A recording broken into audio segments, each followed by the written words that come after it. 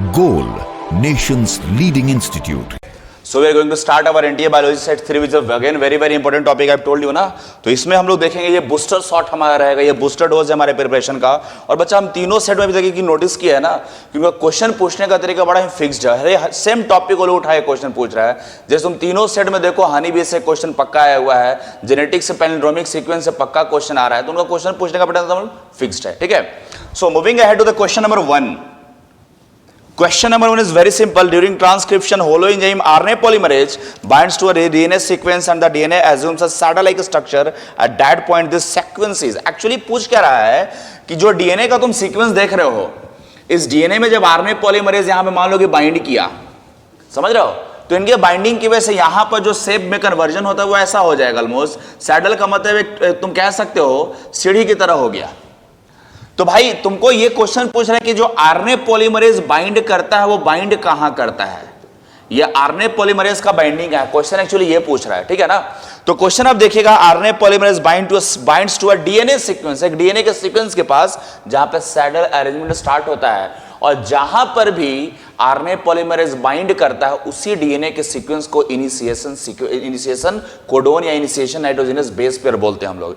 तो ये जो इनिशिएशन सीक्वेंस है ना, ये इनिशिएशन सीक्वेंस जो है ये वेरिएबल होता है। अगर आप यूकैरियोटिक सेल देखोगे,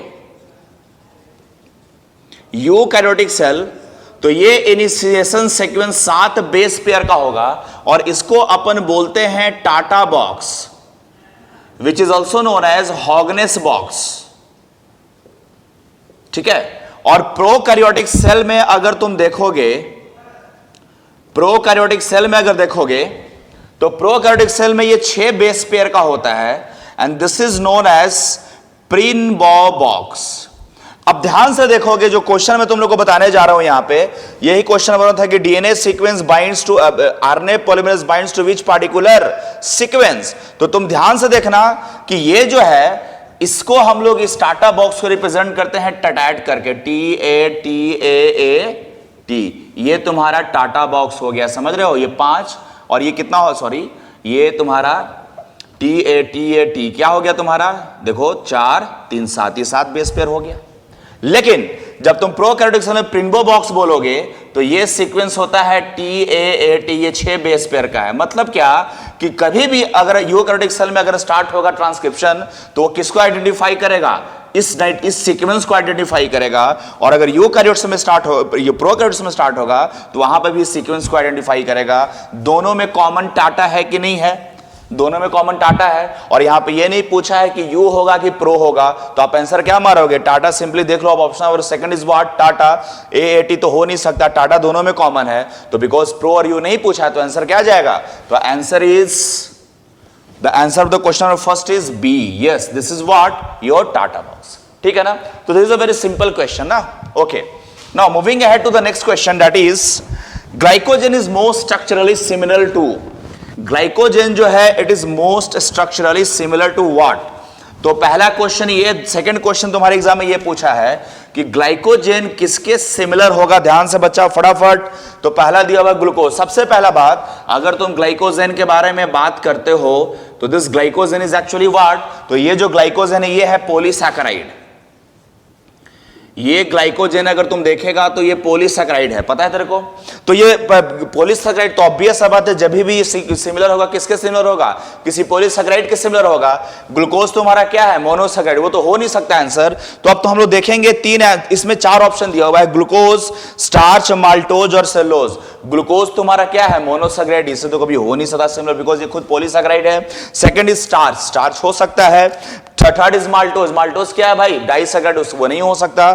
फोर्थ इज सेलुलोज, उसके बराबर हो सकता है। तो हम थोड़ा ध्यान से देखेंगे अब स्टार्च का भी स्ट्रक्चर, ठीक है, और हम लोग देखेंगे किसका, सेलुलोज का structure. Yes, the next option is cellulose.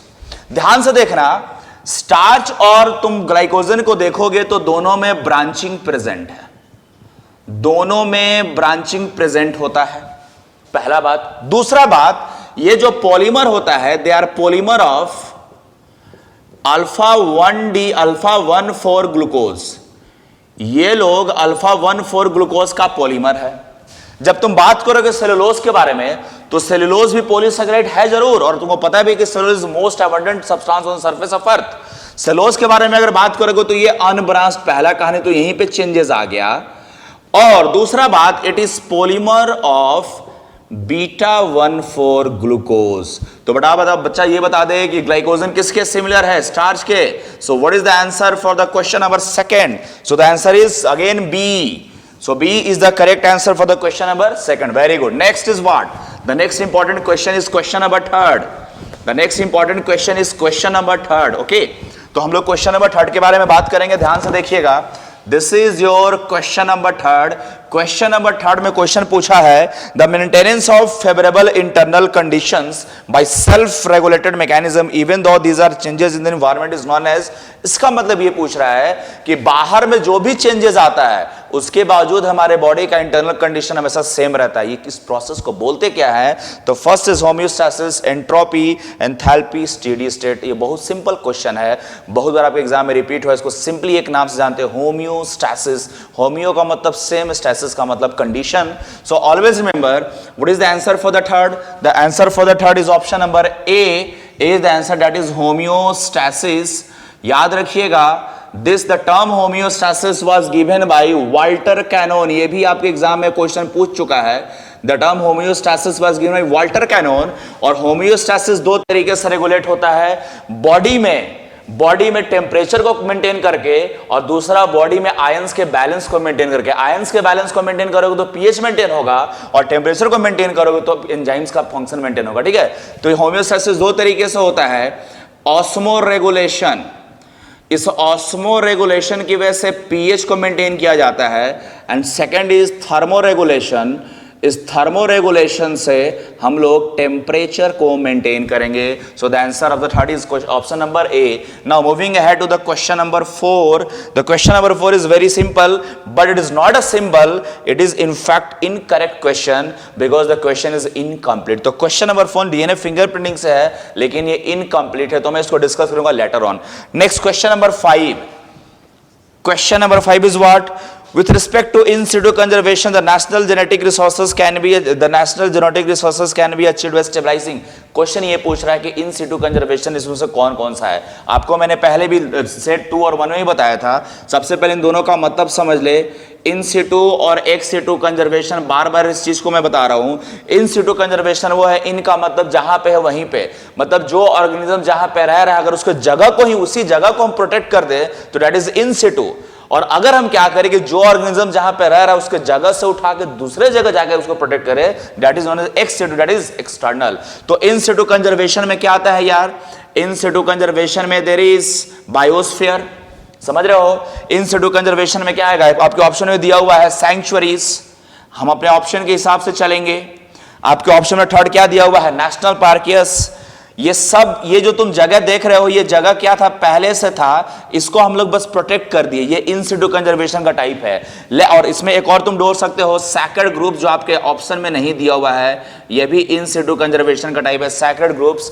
Ex situ conservation अगर देखोगे तो एक्स सिटू कंजर्वेशन में क्या होता है? Gene bank, germ pliers conservation and botanical garden और जूलॉजिकल पार्क, जहां पे तुम घूमने जाते हो। तो याद रखना एक्स सिटू में क्या है? जीन बैंक, ठीक है। और एक्स सिटू में क्या हो जाएगा बच्चा? फटाफट जर्म प्लाज कंजर्वेशन। एक नेक्स्ट में क्या हो जाएगा? Botanical garden. Fourth is zoological park. ये सब किसका एग्जांपल? एक्स सिटू का। इस क्वेश्चन में क्या पूछा है? इन सिटू। पहला option national park, second wild life sanctuary, third biosphere reserve. ये तीनों आंसर होगा कि नहीं होगा? So what is the answer? All of the above. So answer is D is the correct answer. Okay, question number 6 हम लोग देखने जा रहे हैं ना। तो when you talk about this question number 6, this again very very important question for you guys.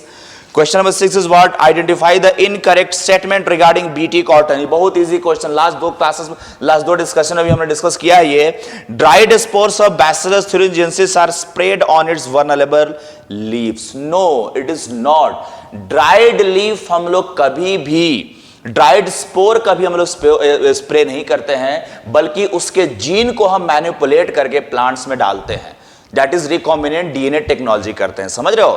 तो हम लोग कभी भी याद रखना, बीटी कॉटन में स्पोर्स को नहीं फेंकते हैं, बल्कि जो टॉक्सिन प्रोड्यूसिंग जीन है उसको उसके बॉडी में, बीटी कॉटन को, उस जीन का नाम क्या है, क्राइजीन, क्राइजीन लेके बीटी बैक्टीरिया से लेके हम लोग प्लांट में डालते हैं ताकि वो इंसेक्टिसाइड के अगेंस्ट में रेजिस्टेंट हो सके। तो इसमें पहला ही ऑप्शन तुमको गलत दिख गया, बाकी तो तुमको पता है। It raises toxin that causes swelling in the gut of insect and injects its leaves. It is a transgenic plant. Obvious बात है, जीन मैनिपुलेशन है। Fourth one is Cry1AC, Cry2B genes are introduced to make them resistant against bollworms. आपको मैं बता दूं, Cry1AC और Cry1AC और Cry2AB जो है ये कॉटन प्लांट्स में डालते हैं तो उसको कॉटन बॉलवर्म्स के अगेंस्ट प्रोटेक्शन देता है। एक और जीन है Cry1AB जो कॉर्न बोरर के अगेंस्ट में होता है, ठीक है। So what is the answer of question number 6? Answer of question number 6 is what? A, ठीक है। हम लोग क्या डालते हैं, जीन डालते हैं। एक चीज और लिख लो जो तुम्हारे इसमें नहीं मेंशन है, Cry1AB किसके लिए यूज करते हैं हम लोग? कॉर्न बोरर के लिए, ठीक है, क्लियर। Cry2AB एंड Cry1AC किसके लिए? कॉटन बॉलवर्म्स के लिए, clear. Question number 7, 3PGA is first stable product in first is carbon reduction cycle, photo respiration, light reaction, all of this. Now question number 7 is very again important. Why it is important? देखो यार, PGA किस में बनता है? आपको पता है, आपने पढ़ा है फोटोसिंथेसिस। फोटोसिंथेसिस में होता है डार्क रिएक्शन। डार्क रिएक्शन में आपको पता है कि आपका यहां पे RuBP जो 5 कार्बन कंपाउंड है, एक CO2 के साथ रिएक्ट करके क्या बनाया था? तो CO2 के साथ रिएक्ट करके बनाया था ये 2 मॉलिक्यूल्स ऑफ 3 फॉस्फोग्लिसरिक एसिड। ये 5 कार्बन कंपाउंड, ये 1 5 1 6, ये टोटल कितना हो गया? 6। पीजीए 3 कार्बन कंपाउंड होता है। ये किस में हुआ? डार्क रिएक्शन में हुआ कि नहीं हुआ? और dark reaction of the photosynthesis also known as reduction. Photosynthesis reduction process होता है और रेस्पिरेशन तुम्हारा oxidation. So what is this? So what is the answer? Carbon reduction cycle. So answer of question number 7 is A. अब मैं आपको चुपके से एक और बात बता दे रहा हूं फोटो रेस्पिरेशन के बारे में। देखो यार, फोटो रेस्पिरेशन को अगर देखोगे तो इसमें जो पहला रिएक्शन होता है, इसमें 2 प्रोडक्ट बनता है। एक मॉलिक्यूल बनेगा पीजीए का जो इसमें ही बना है, लेकिन एक मॉलिक्यूल बनता है फॉस्फोग्लाइकोट का, फॉस्फोग्लाइकोलेट का। ये 2 कार्बन कंपाउंड, इसलिए फोटो रेस्पिरेशन को हम लोग C2 साइकिल भी कभी कभी बोलते हैं। So what is the answer for the question number 7? Yes, it is A. Carbon reduction cycle ही तुम्हारा डार्क रिएक्शन होता है। समझ में आ रहा है ना? So this is a very important discussion. I hope आपको समझ में आ रहा होगा। Now moving ahead to the question number 8 9 10 11 12 ना। तो question number 8 and question number 9 ये सब हम लोग देखेंगे अभी फटाफट। तो आप ध्यान से देखोगे, question number is there is question number, there is question number 8. yes, question number 8 में क्वेश्चन पूछ रहा है कि यहां पे there are 3 endocrine glands involved in carbohydrate metabolism. Carbohydrate को पे कौन एक्ट करता है? इसमें 3 एंजाइम्स मेंशन किए हुए हैं। आप ध्यान से देखोगे, there are 3 enzymes which are there are 3 endocrine glands involved in carbohydrate metabolism. Mark the correct set. The first is pancreas, neurohypophysis, adrenal. Second is pancreas, adenohypophysis and thyroid. Third one is pancreas, pituitary and liver. And the fourth one के बारे में अगर बात करोगे तो pancreas, adenohypophysis and there is thymus. तो ये 3 endocrine gland के बारे में यहां पे डिस्कशन करा हुआ है। तो आप याद रखना, मैं आपको ये बड़ा वो देखो, ये बहुत इंपॉर्टेंट क्वेश्चन है। ऐसा क्यों इंपॉर्टेंट क्वेश्चन है? क्योंकि बहुत थोड़ा ट्विस्ट किया है क्वेश्चन में। मतलब इसमें ये पूछ रहा है कि कौन सा ऐसा इसमें से ग्लैंड है जो ग्लूकोज पे एक्ट करेगा, या तो ब्लड में ग्लूकोज को बढ़ाएगा या तो ब्लड में ग्लूकोज को ये घटाएगा। क्लियर? तो ये तुमको जानना जरूरी है। अब कैसे जानोगे इसको? तो ध्यान से देखना कैसे समझना है। देखो, हम इसका अब तुम जैसे पैनक्रियास के बारे में बात करोगे तो पैनक्रियास से निकलता है इंसुलिन, और आपको पता है इंसुलिन क्या करेगा? ग्लूकोनियोजेनेसिस को इनहिबिट करता है, ठीक है। और किसको प्रमोट करेगा? ग्लाइकोजेनेसिस को। तो ग्लूकोनियोजेनेसिस को इनहिबिट का करने का मतलब होता है डिक्रीज ग्लूकोज, और ग्लाइकोजेनेसिस को प्रमोट करने का मतलब होता है लीवर में ग्लाइकोजन को जमा करना। समझ रहे हो ना? Increases glycogen in liver. तो इसका मतलब पैनक्रियास तो काम किया इस पे, और आपको पता है इसका जस्ट उल्टा फंक्शन कौन परफॉर्म करेगा? ग्लूकागोन। तो ये तो काम किया। और पैनक्रियास का कौन सा सेल होता है? ये आइलेट्स ऑफ लैंगरहैंस, तो पेनक्रियास तो सही है भाई। सेकंड है तुम्हारा न्यूरो और एडेनो में। तो न्यूरो में अगर तुम देखो तो वहां बस एडीएच निकलता है, आपको पता, और ऑक्सीटोसिन जो ग्लूकोज पे कोई मेटाबॉलिज्म में पार्टिसिपेट नहीं करेगा। पिट्यूटरी ग्लैंड का भी कोई हार्मोन पार्टिसिपेट नहीं करता है। पिट्यूटरी, इसमें कंप्लीट पिट्यूटरी दे रखा है, तो पिट्यूटरी में तुम्हारा एंटीरियर पोस्टीरियर दोनों आ जाएगा। अब हम लोग एडेनो हाइपोफाइसिस के बारे में बात करते हैं। तो एडेनो हाइपोफाइसिस में आपको पता है ग्रोथ हार्मोन निकलता है जिसको हम लोग बोलते हैं सोमैटोट्रोपिन, ठीक है। और थायराइड ग्लैंड को अगर तुम देखोगे तो थायराइड ग्लैंड से थायराइड हार्मोन निकलेगा। बेटा इन दोनों का फंक्शन सेम है। क्या फंक्शन है? ये दोनों प्रमोट करेगा ग्लूकोनियोजेनेसिस को। ग्लूकोनियोजेनेसिस का मतलब करता है इंक्रीज ब्लड ग्लूकोज, ब्लड में ग्लूकोज के लेवल को इंक्रीज करेगा, और ब्लड में ग्लूकोज का लेवल इंक्रीज करेगा तो इस कंडीशन को हम लोग क्या बोलते हैं? हाइपरग्लाइसेमिया। और अगर ये बहुत दिनों तक रहा तो डायबिटीज भी हो सकता है। इसलिए इन दोनों हार्मोन को हम लोग कभी कभी डायबिटोजेनिक हार्मोन भी बोलते हैं। यस, तो आप बता दो फटाफट, कॉमन सेंस लगाओ, what is the correct answer? तो वो आंसर करेक्ट होगा जिसमें पैनक्रियाज भी होगा, एडेनो भी होगा और थायराइड भी होगा। ये आंसर, ये ऑप्शन किस में दिया हुआ है? आपको ऑप्शन बी में। So what is the correct answer for question number 8? So for the question number 8 the correct answer is what? Option number B. Yes, B is the correct answer for the question number 8। Clear? Now moving ahead, question number 9। Moving ahead to the question number 9, very very important, again बहुत important. दो तीन भी और फटाफट discuss कर लेंगे हम लोग। ध्यान से देखना, क्वेश्चन नंबर 9, ओके। इसमें दिया हुआ है कि बोन्स बिकम फ्रेजाइल इन। फ्रेजाइल का मतलब जो जल्दी टूट जाए, हल्का सा टच करोगे करके अपने आप भी टूट जाता है। तो बोन जो है कौन सा ऐसा बीमारी है जिसमें ये फ्रेजाइल हो जाता है? तो पहला ऑप्शन आपका दिया हुआ है ऑस्टियोपोरोसिस, पहला ऑस्टियोपोरोसिस। सेकंड जो ऑप्शन आपका दिया हुआ ये गाउट है, और जो थर्ड ऑप्शन दिया हुआ तुम देख रहे हो ये अर्थराइटिस है। फोर्थ में है नॉन। सबसे पहला बात मैं तेरे को बता रहा हूं, ऑस्टियोपोरोसिस का मतलब, ऑस्टियो मींस बोन, पोरोसिस का मतलब पोर हो जाना। वो पोर का मतलब क्या है? बोन में मैक्सिमम क्या होता है? Inorganic substance. इनऑर्गेनिक में मैक्सिमम क्या होता है? Calcium salt. तो ऑस्टियोपोरोसिस में क्या है कि कैल्शियम बोन से निकलना स्टार्ट हो जाएगा। ऑस्टियोपोरोसिस में बोन से कैल्शियम निकलना स्टार्ट हो जाएगा। इसका बहुत सारा रीजन हो सकता है। पहला रीजन क्या हो सकता है? या तो पैराथायराइड ग्लैंड का सिक्रेशन घट जाएगा। पैराथायराइड ग्लैंड का सिक्रेशन घटने का मतलब पैरेट हार्मोन अगर कम हो जाएगा तो बोन से कैल्शियम बाहर निकलेगा और आसानी से टूट जाता है। भाई ऑस्टियोपोरोसिस में कौन सा बोन मोस्ट कॉमनली टूटेगा? तो ये वर्टिब्रा टूटता है, और दूसरा जो फीमर बोन है उसका नेक टूटता है। ये बहुत बार तुम्हारे एग्जाम में पूछा गया है। तो बेटा आंसर इसका क्या हो जाएगा? 9 का ए, इसी में बोन टूट जाता है जल्दी। गाउट क्या है? तो गाउट जो है आपके ज्वाइंट्स में, स्पेशली ग्रेट टो का ज्वाइंट, नीचे का टो का ज्वाइंट में क्या होता है?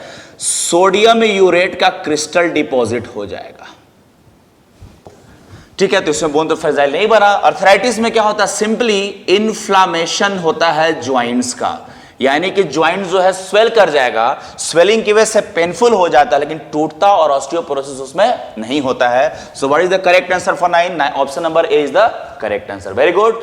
Now moving to the question number 10, moving to the question number 10। This was 9 ना। नाउ क्वेश्चन नंबर 10, हाँ देखो, which one of the following pairs of feature is an excellent example of polygenic inheritance? याद रखो, ये simple सा question है। देखो normally क्या होता है, कोई भी कैरेक्टर एक जीन के दो एलील के इंटरेक्शन की वजह से एक्सप्रेस होता है। लेकिन कभी कभी क्या होता है ना, कुछ ऐसे कैरेक्टर होते हैं जहां पे एक जीन उसको एक्सप्रेस करने के लिए सफिशिएंट नहीं होता है। वहां पे 2, 4, 10, 20, 50, 100, 200, 500, 1000 जीन चाहिए होता है कैरेक्टर को रिप्रेजेंट करने के लिए, और इस टाइप के कैरेक्टर रिप्रेजेंटेशन को बोलते हैं पॉलीजेनिक इनहेरिटेंस। सो रिमेंबर, इसमें आपसे पूछा जा रहा है पॉलीजेनिक इनहेरिटेंस के बारे में, समझ रहे हो? तो पॉलीजेनिक इनहेरिटेंस में दो ही बेस्ट एग्जांपल है, ह्यूमन हाइट और स्किन कलर। याद रखिएगा, तो ह्यूमन हाइट और स्किन कलर इंपॉर्टेंट है। तो आपका आंसर 10 का क्या हो जाएगा? डी। इससे बहुत बार क्वेश्चन आपके एग्जाम में पहले पूछ चुका है। ठीक है, now moving to the question number 11। Question number is very important, a green manure in rice field is. अब इसमें देखो पूछा है ग्रीन मैन्योर का मतलब बायोलॉजिकल के बारे में पूछ रहा है, कौन सा ऐसा बायोलॉजिकल इसमें स्ट्रक्चर है जो राइस फील्ड में यूज कर सकते हैं। So green manure in rice field is first Salvinia, second Azolla, third Aspergillus, fourth is Mucor. Let me tell you, Azolla pinnata इसका करेक्ट आंसर होगा। क्यों होगा मैं बता रहा हूं। एजोला पिनाटा के बारे में अगर बात करोगे तो ये राइस फील्ड में ग्रो करता है, और एजोला पिनाटा के लीफ को हम लोग बोलते हैं फ्रंट। इसके लीफ में एक ब्लू ग्रीन एल्गी होता है जिसको हम लोग बोलते हैं एनाबीना, और ये एनाबीना क्या करवाता है, नाइट्रोजन फिक्सेशन, और इस नाइट्रोजन फिक्सेशन की वजह से सॉइल जो है नाइट्रोजन से क्या हो जाएगा, एनरिच्ड हो जाता है। So what is the green manure, B, that is Azolla pinnata. ठीक है, next question is question number this was question number 9, sorry ये क्वेश्चन नंबर 10 था यार, इसको याद रखना। Sorry let me tell you. हाँ, तो ये जो क्वेश्चन था हमने डिस्कस किया, ये क्वेश्चन नंबर 9 था, ये क्वेश्चन 9 था, और जो आपका पॉलीजेनिक इनहेरिटेंस था वो आपका क्वेश्चन नंबर 10 था, क्वेश्चन नंबर 10 था, और ये क्वेश्चन नंबर 11 है। हाँ ठीक है। Question number 12, question number is 12, जो क्लासिफिकेशन से क्वेश्चन आपके एग्जाम में पूछ रखा है कि क्लासिफिकेशन से आप इसको कैसे एक्सप्लेन करोगे। तो question number 12 is purely a question of classification. ठीक है, क्वेश्चन नंबर 12 ध्यान से, इवोल्यूशनरी क्लासिफिकेशन। इवोल्यूशनरी का मतलब जो पास्ट से रिलेटेड हो। आपको मैं बता दूं, एवोल्यूशनरी क्लासिफिकेशन को अपन क्या बोलते हैं, ऑप्शन देख लो, आर्टिफिशियल, नेचुरल, फाइलोजेनेटिक। तो evolutionary classification is known as phylogenetic, क्योंकि आपका जो आर्टिफिशियल सिस्टम है उस पे वो किस पे बेस्ड है, वो बस एक्सटर्नल अपीयरेंस यानी कि मॉर्फोलॉजी पे बेस्ड है। जो सेकंड है नेचुरल सिस्टम, ये मॉर्फोलॉजी के साथ साथ किस पे बेस्ड है, रिप्रोडक्शन पे। लेकिन जो एवोल्यूशनरी रिलेशनशिप पे बेस्ड उसको बोलते हैं phylogenetic classification. Question number 13, sorry answer 12 का आंसर इज सी ना, that is your what, phylogenetic वही था, बस ऑप्शन मैंने चेंज कर दिया, ये फाइलोजेनेटिक होगा, इसको याद रखना, सी है। ठीक है, question number 13, in DNA molecule which of the following base pair is present. Question ये पूछ रहा है कि कौन सा बेस पेयर प्रेजेंट होगा। Base pair means part, pairing के साथ। पहला साइटोसिन एडेनिन, आपको पता है साइटोसिन एडेनिन के बीच में पेयरिंग होता नहीं है। सेकंड एडेनिन थाइमिन, एटी के बीच पेयरिंग होता है, 2 हाइड्रोजन बॉन्ड होता है। थर्ड एडेनिन गुआनिन, इनके बीच में पेयरिंग नहीं होगा बिकॉज ये दोनों क्या है, ये दोनों प्यूरिन्स है, प्यूरिन्स के अंदर पेयरिंग होता नहीं है। फोर्थ इज साइटोसिन थाइमिन, इनके अंदर भी पेयरिंग नहीं होगा। पेयरिंग किसके अंदर होगा, एडेनिन और थाइमिन के बीच में। So what is the correct answer, B, that is adenine and thymine. Yes, question number 14, question number 14 is what, in majority of dicot the first stable product of photosynthesis during the dark reaction। कुछ नहीं है भाई, फिर से वही question घुमा के बस पूछ दिया। डाइकोट, अबे डाइकोट हो, मोनोकॉट हो, एंजियोस्पर्म हो, जिम्नोस्पर्म हो, तुम्हारा कोई भी प्लांट का पार्ट हो, उसमें फोटोसिंथेसिस होगा, और उसके डार्क रिएक्शन में हमेशा क्या होता है, first stable product three phosphoglyceric acid. अभी थोड़ी देर पहले जो डिस्कस किया था 3-PGA। So tell me what is the correct answer for 14। The correct answer for 14 is C. Question number 15, yes, question number 15, the process of sperm penetrating the ovum is mainly mechanically, chemically, electrostatically, thermally। इसमें तो doubt होना ही नहीं चाहिए, क्योंकि कभी भी sperm और ovum का इंटरेक्शन जो होता है वो केमिकली होता है। Answer 15 is B. यहां पे एक बात मैं तुमको चुपके से बता दे रहा हूं, ह्यूमन बीइंग में तेरे को बता रहा हूं कि जो स्पर्म है, स्पर्म में केमिकल रिलीज करता है जिसको बोलते हैं एंटी फर्टिलाइजिन, और जो ओवम है, ओवम से भी एक केमिकल रिलीज होता है जिसको हम लोग बोलते हैं फर्टिलाइजिन। इन दोनों का जब सक्सेसफुल इंटरेक्शन रहेगा, जब दोनों का इंटरेक्शन जान पहचान अगर सक्सेसफुल रहेगा, तभी आगे बात बनेगा, यानी कि फर्टिलाइजेशन होगा। ये केमिकल है कि नहीं है, ये भी तुम्हारे एग्जाम में पूछा है कि एंटी फर्टिलाइजिन कौन रिलीज करता है, स्पर्म। फर्टिलाइजिन कौन रिलीज करता है, वो हम कैसे याद करोगे, A for anti fertilizin, A for आदमी, आदमी से क्या निकलता है, anti fertilizin. A for fertilizin, A for female, female यानी फीमेल से क्या निकलेगा, फर्टिलाइजिन। याद हो गया। Question number 16, yes, question number 16, motile zoospores are produced by, ये तो सबसे सिंपल है भाई, first is Chlamydomonas, second Penicillium, third is Bacillus, fourth is amoeba. पहली बात, बैसिलस बैक्टीरिया से स्पोर बनता है, बैक्टीरिया मोनेरंस में आता है, स्पोर बनता है, लेकिन वो नॉन मोटाइल होता है। बैसिलस तो होगा नहीं, क्योंकि बैसिलस बैक्टीरिया जहां पे नॉन मोटाइल स्पोर बनेगा। Fourth is amoeba, amoeba is a protista, उससे भी स्पोर बनता नहीं है। अब बचा बात दो जगह का, क्लेमाइडोमोनास, पेनिसिलियम। पेनिसिलियम एक फंगस है, पेनिसिलियम का जो स्पोर होता है उसको बोलते हैं कोनिडियोस्पोर, जो नॉन मोटाइल होता है, लेकिन क्लेमाइडोमोनास से मोटाइल स्पोर निकलता है जिसको बोलते हैं motile zoospore. So what is the answer for 16 ए? ठीक है। Question number 17, a person breathing normally at rest ins and expels out half a liter of air during each respiratory cycle। आपको पता है कि एक ब्रीदिंग में जो भी एयर अंदर बाहर जाता है उसको क्या बोलते हैं? Tidal volume. ये क्या पूछ रहा है? एक ब्रीदिंग के बाद पूछ रहा है ना, तो इसको अपन क्या बोलेंगे? Tidal volume. Answer is what? 17 का आंसर क्या हो जाएगा बच्चा? बी। अब चुपके से तुमको एक बात हम बता दे रहे हैं, मेनली 4 रेस्पिरेटरी कैपेसिटी होता है, याद रखना। टेरी, टीफ का मतलब होता है टाइडल वॉल्यूम, ई का मतलब होता है एक्सपिरेटरी रिजर्व वॉल्यूम, आर का मतलब होता है रेजिडुअल वॉल्यूम, आई का मतलब इंस्पिरेटरी रिजर्व वॉल्यूम। इसको ऐसे याद करना टेरी करके, क्योंकि वैल्यू इसका ऐसे बढ़ता है। जो टाइडल वॉल्यूम होता है वो 500 ml होगा, जो आधा लीटर हो गया। जो एक्सपिरेटरी रिजर्व वॉल्यूम होता है बेटा वो 500 से 1000 ml होगा, ये भी याद हो गया। देखो आगे धीरे धीरे बढ़ रहा है।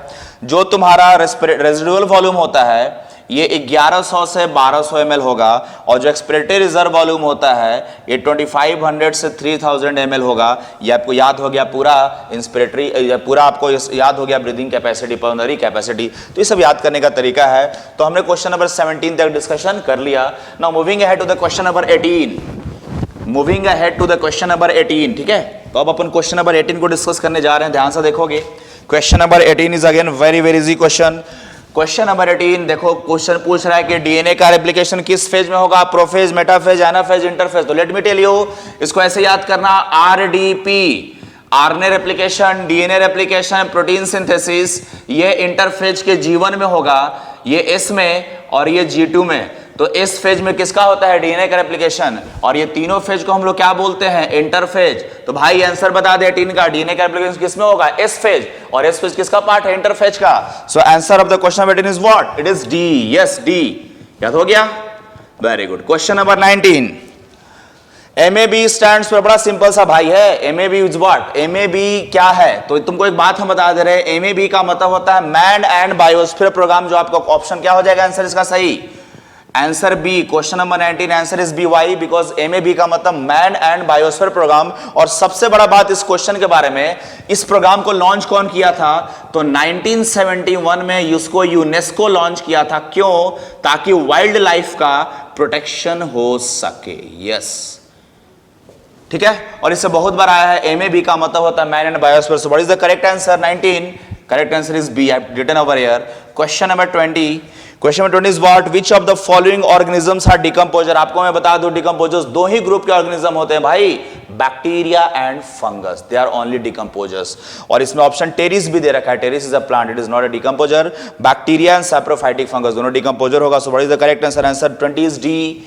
Answer 20 is D. Question number 21, parthenocarpy is induced by. Parthenocarpy का मतलब होता है बिना फर्टिलाइजेशन का फ्लावर का फॉर्मेशन कौन कराएगा? समझ रहे हो? 4 ऑप्शन दे रखा है, ABA, ऑक्सीन, जियाटिन और साइटोकाइन। आपको मैं बता दूं, ABA जो है वो ग्रोथ इनहिबिटर है, उसमें होगा नहीं। ऑक्सीन के बारे में बताऊंगा, जियाटिन, साइटोकाइन दोनों सेम है, because zeatin is also type of cytokine. अब तुमको एक बात बता रहे हैं, पार्थेनोकार्पी जो है ऑक्सीन भी प्रमोट करेगा और साइटोकाइनिन भी प्रमोट करता है। और सबसे बड़ा बात हम तुमको बता दे रहे हैं कि जो तुम साइटोकाइनिन देख रहे हो ना, ये साइटोकाइनिन ही क्या है? जियाटिन भी क्या है? एक तरह का साइटोकाइनिन। तो पार्थेनोकार्पी दोनों प्रमोट करेगा, लेकिन इन दोनों में सबसे ज्यादा कौन कराता है? सबसे ज्यादा ऑक्सीन कराता है। किस फॉर्म में? IAA के फॉर्म में। समझ रहे हो? तो सबसे ज्यादा कौन कराएगा? ऑक्सीन, IAA के फॉर्म में। So what is the correct answer? तो करेक्ट आंसर क्या हो जाएगा इसका? बोलो। ऑक्सीन। तो ऑक्सीन कितना नंबर ऑप्शन है? बी। तुमको मैं बता दूं, ऑक्सीन किसमें पार्थेनोकार्पी कराता है? तो बनाना में और ग्रेप्स में कराता है। ये किसमें कराएगा? बनाना में कराएगा और ग्रेप्स में कराएगा। याद हो गया? This was question number 21. Now moving ahead to the question number 22. Yes, 8th, 9th and 10th ribs are known as false rib because their external portions are attached to. So question number 22 is what? The 8th, 9th and 10th ribs are known as false ribs because their external portions are attached to. Again देखो last 1 और 2 set में मैंने discuss किया n t का 1 और 2 में, इसमें भी डिस्कस करता रहा हूं, ध्यान से देखोगे होता क्या है। देखो रिब्स में अटैच होता है वर्टिब्रा से, और फ्रंट में ये इनका अटैचमेंट होता है स्टर्नम से। लेकिन सपोज कर कि ये स्टर्नम हो गया, तो स्टर्नम से जब ये अटैच होगा ना, तो यहां पे अटैचमेंट में केवल क्या होता है, हाइलाइन कार्टिलेज। तो ये क्यों कौन करता है, ये करता है 1st to 7 रिब। यहां ये अटैचमेंट होता है 1 to 7 रिब, इसलिए इसको बोलते हैं हम लोग ट्रू रिब। लेकिन जो 7, 8, 9th रिब है ना, ये क्या होता है कि स्टर्नम से अटैच होने के पहले इनके पास एक आ जाता है कोस्टल कार्टिलेज, यानी कि पीछे तो वर्टिब्रा से अटैच होगा ये, लेकिन आगे में ये कोस्टल कार्टिलेज से अटैच होगा, यानी कि ट्रूली अटैच तो नहीं हुआ। तो 8, 9, 10 को क्या बोलेंगे, फॉल्स।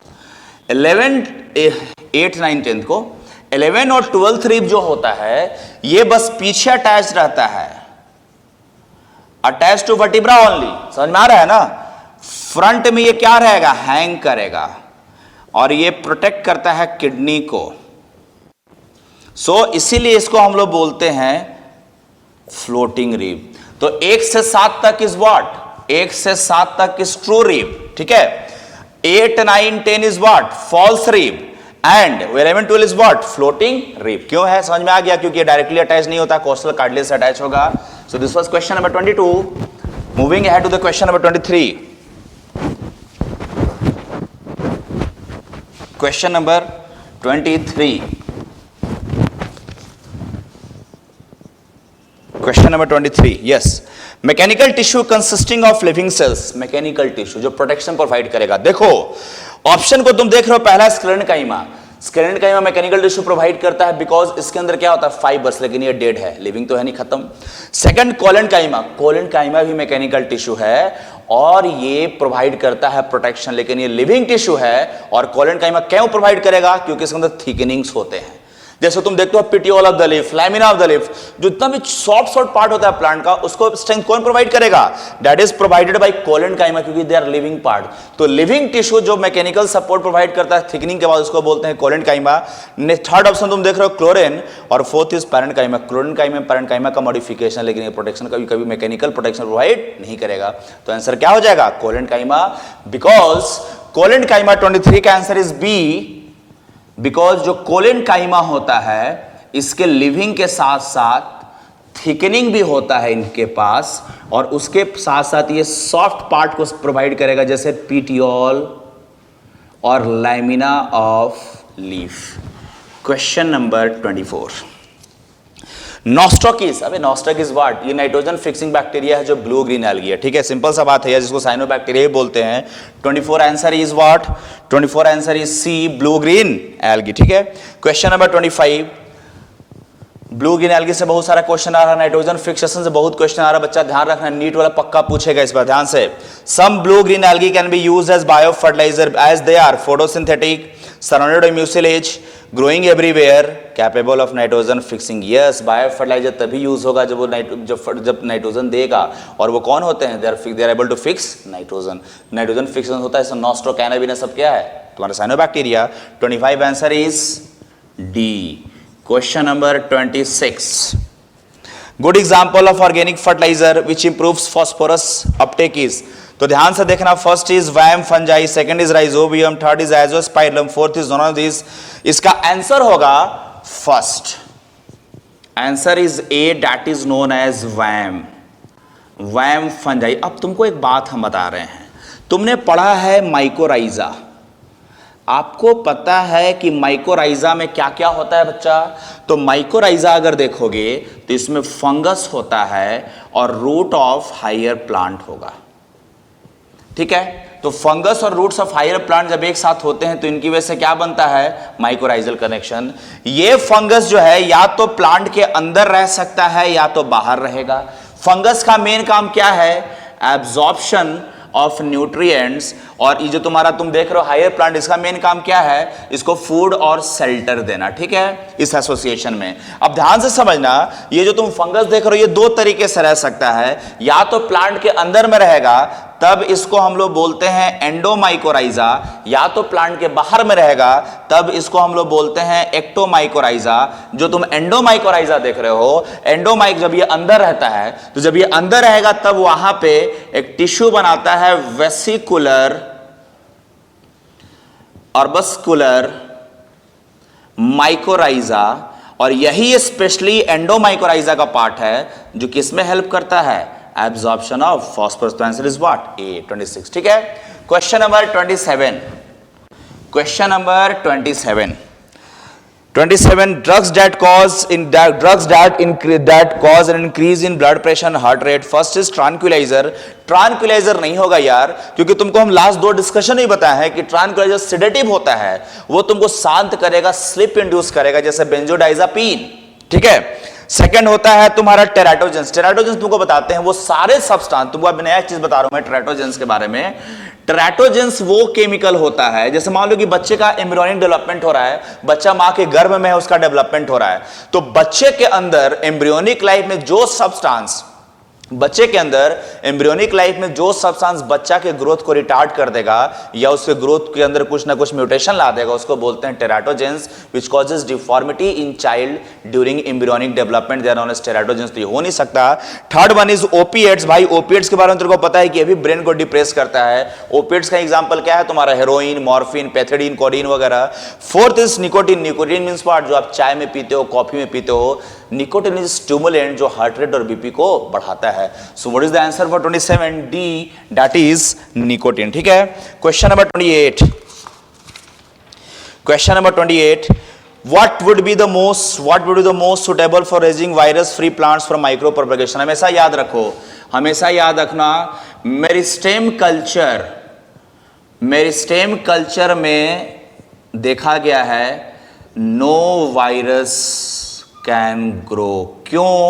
कि मेरिस्टेमेटिक सेल इतना फास्ट ग्रो करता है कि वायरस को टाइम ही नहीं मिलता है कि उसके डीएनए के साथ अपने डीएनए को इनकॉर्पोरेट करके डीएनए भी बनाए और अपना कोड भी बना ले। बिकॉज जब तक वो सोचेगा तब तक नया सेल बन जाएगा, जब तक सोचेगा तब तक नया सेल बन जाएगा। तो meristematic cell virus free plant बनाता है। यह बहुत पॉपुलर क्वेश्चन है तुम्हारे एग्जाम का। Answer is C, question number 29।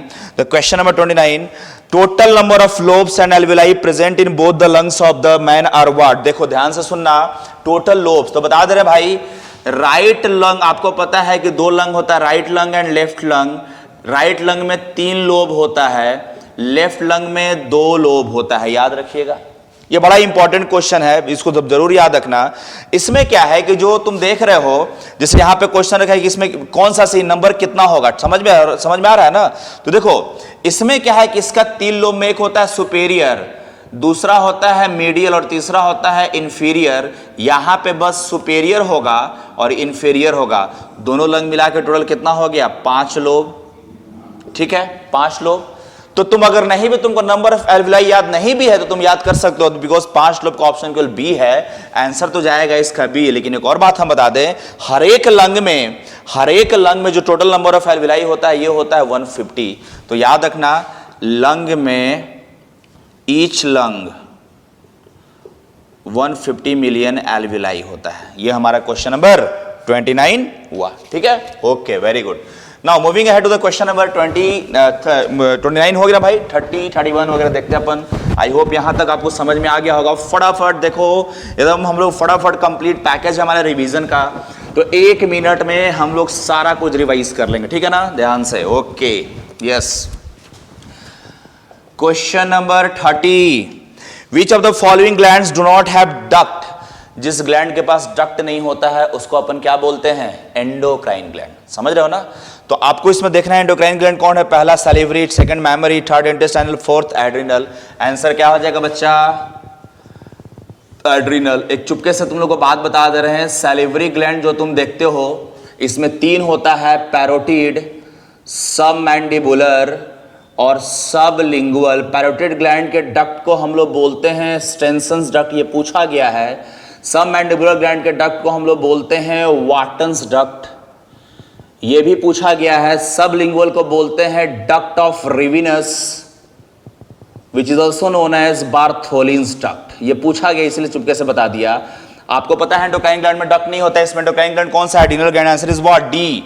Next question is very easy question, बस पेडिग्री का दे रखा है लेकिन आपको समझना पड़ेगा, बड़ा ही आसान क्वेश्चन है। ये दो पेडिग्री है, फैमिली ए फैमिली बी। आप क्वेश्चन अपने पास रख के इसको डिस्कस करके देखो।